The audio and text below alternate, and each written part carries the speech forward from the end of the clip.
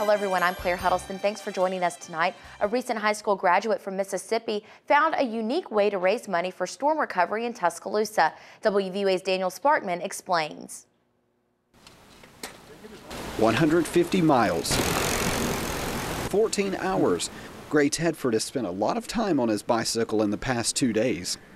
Got a bike for college. Started riding it to like all the surrounding cities for no reason at all. I guess just out of accomplishment, I guess. And then since I just figured I could make it that far, why not do something with it and, make money for a good cause. In the 2 weeks before his journey began, Tedford raised $2,000 for tornado survivors in Tuscaloosa. I'm originally from Tuscaloosa, and when I was like 5 years old, a tornado hit, and I couldn't do anything about it then, of course, but now that I'm 17 years old, I can, Tedford now lives in Bruce, Mississippi. That's where his trek began.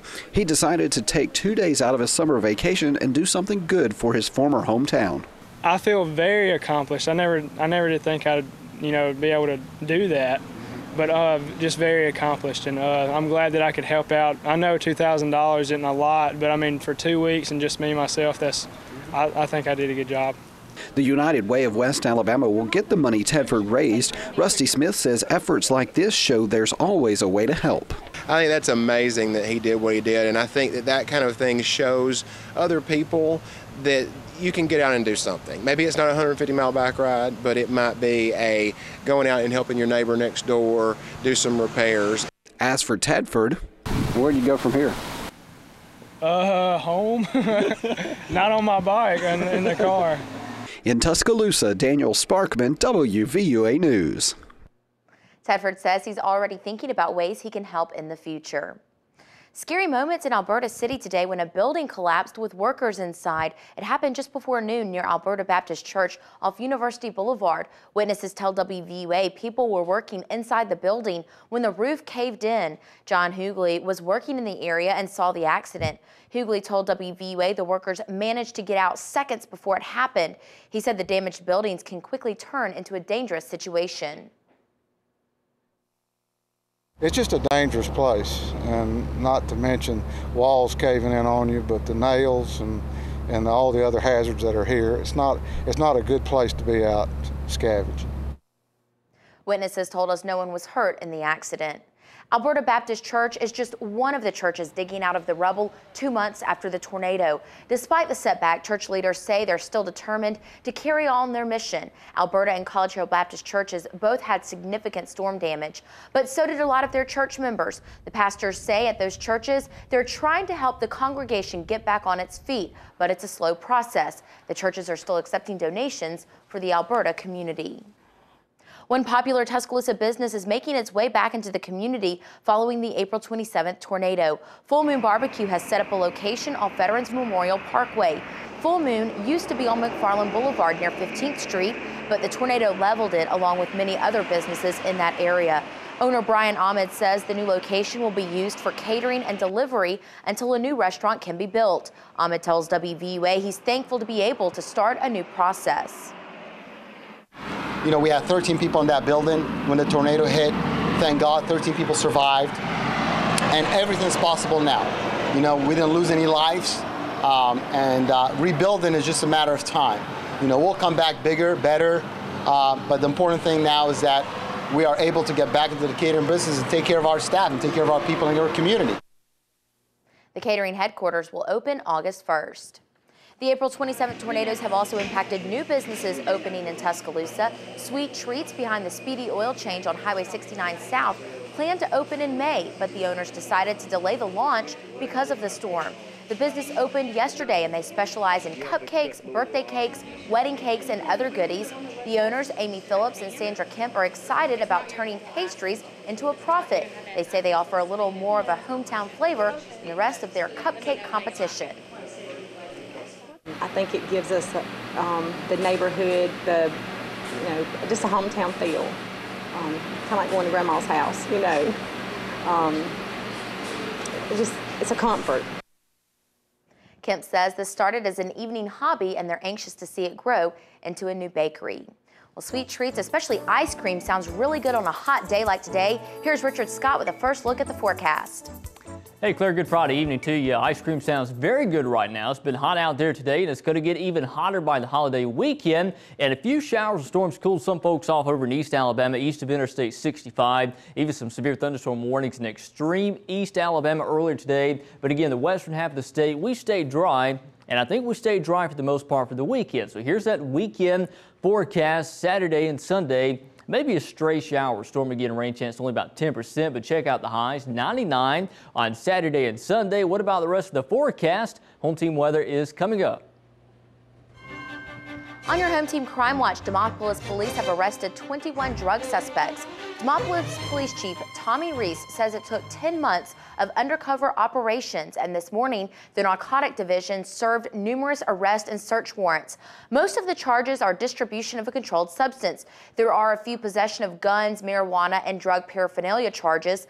Police also seized cars and cash during the raid. The suspects range in age from 19 to 67. Reese says more arrests could be coming in the next few days. Former University of Alabama cheerleading coach Debbie Greenwell has been arrested and charged with first-degree theft of property and using her position for personal gain. Greenwell was indicted Tuesday. She was arrested today and released on $25,000 bond. Greenwell recently filed a civil lawsuit saying she was fired without just cause. She named the University of Alabama Board of Trustees, UA President Robert Witt, Athletic Director Mal Moore, and Assistant Athletic Director Dave Hart in the suit. Greenwell was a UA cheerleader in the 1970s, and she coached the Spirit Squads from 1987 until February 2nd, 2009. New developments in the Alabama gambling corruption trial. Defense attorneys are questioning the thoroughness of the FBI investigation into an alleged vote-buying scheme. During Friday's testimony, FBI agent John McGurchin said he did not read the original version of the legislation, which prompted the Bureau's investigation in the first place. U.S. District Judge Myron Thompson reminded the jury the FBI is not under investigation in this case. The courthouse will be closed Monday for July 4th. The trial will resume Tuesday.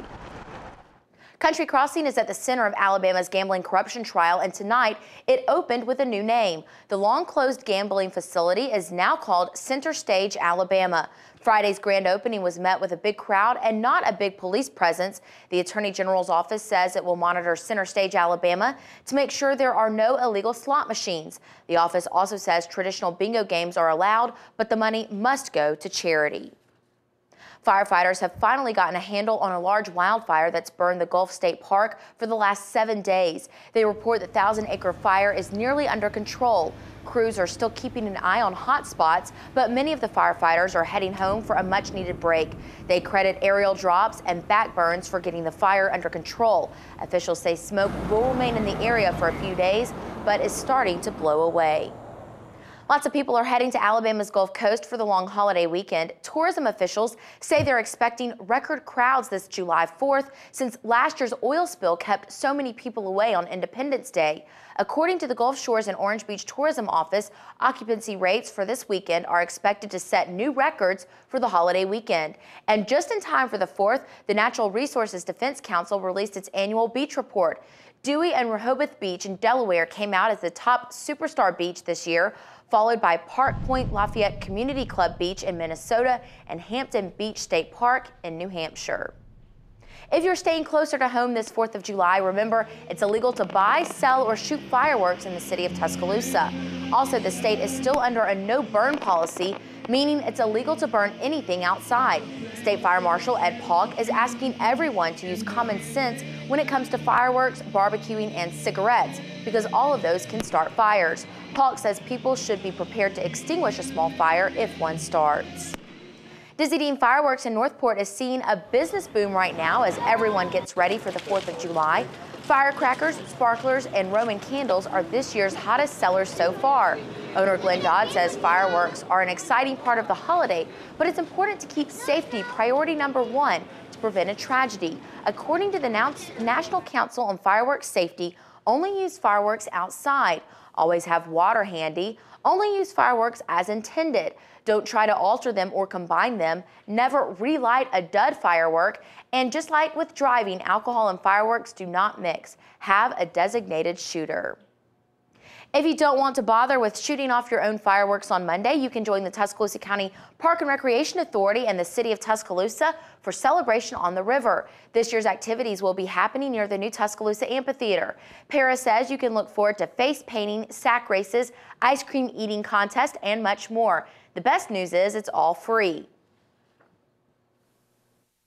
Well, it's a chance to bring the event up to an entire new level. We've had some bands or things in the past, but the Tuscaloosa Symphony Orchestra playing the patriotic music just brings the entire event up to a whole new level for the city, and we're really excited to be a part of it. The free pair events coincide with Celebration on the River. Those activities kick off at 4 o'clock Monday afternoon. Amphitheater gates will open at 7. It costs $5 per person or $15 for a family of 4. Kids 5 and under are free. The Tuscaloosa Symphony concert starts at 7:30. Fireworks kick off at 9 o'clock.